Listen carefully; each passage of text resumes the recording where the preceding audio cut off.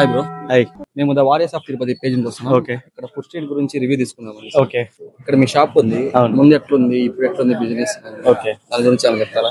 అంటే స్టార్టింగ్ లో అందరూ ఎక్కువగా వచ్చారు, అంటే కొత్తగా ఉందని చూడడానికి. బ్రో కొత్తల్లో అంతా అట్రాక్ట్ బాగునింది.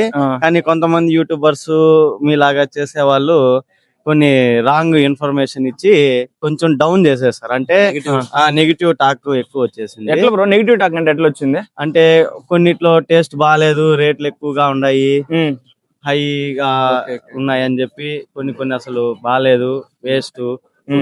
ఫుడ్ స్ట్రీట్ అంటే అసలు నార్మల్ గానే ఉంది, డిఫరెంట్ గా ఏం లేదు అన్నట్టుగా అన్ని. సో మీ వర్షంలో ఎట్లుంది బ్రో? అంటే ఇప్పుడు టేస్ట్ పరంగా గానీ, ప్రైజెస్ పరంగా గానీ రీజనబుల్ గా ఉన్నాయి, ఎట్లున్నాయి? మనవైతే అన్ని రీజనబుల్ ప్రైజెస్, మరి ఓవర్ అంతా ఏం లేదు, నార్మల్ ప్రైజెస్. ఎవరు మిడిల్ క్లాస్ ఫ్యామిలీ వచ్చినా హ్యాపీగా తిని పోయే రేట్స్ మాత్రమే ఉంటాయి. అంటే ఇంకేమన్నా ఇక్కడ డెవలప్ చేస్తే కానీ? డెవలప్ అంటే మనము చేసుకోవాల్సి వస్తుంది.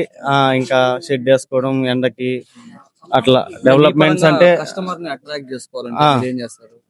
ఇంకా అట్రాక్ట్ చేసుకునే దానికోసమే మనం వెరైటీస్ పెంచుతాము, మంచిగా ఫుడ్ అనేది డెవలప్ చేస్తున్నాం.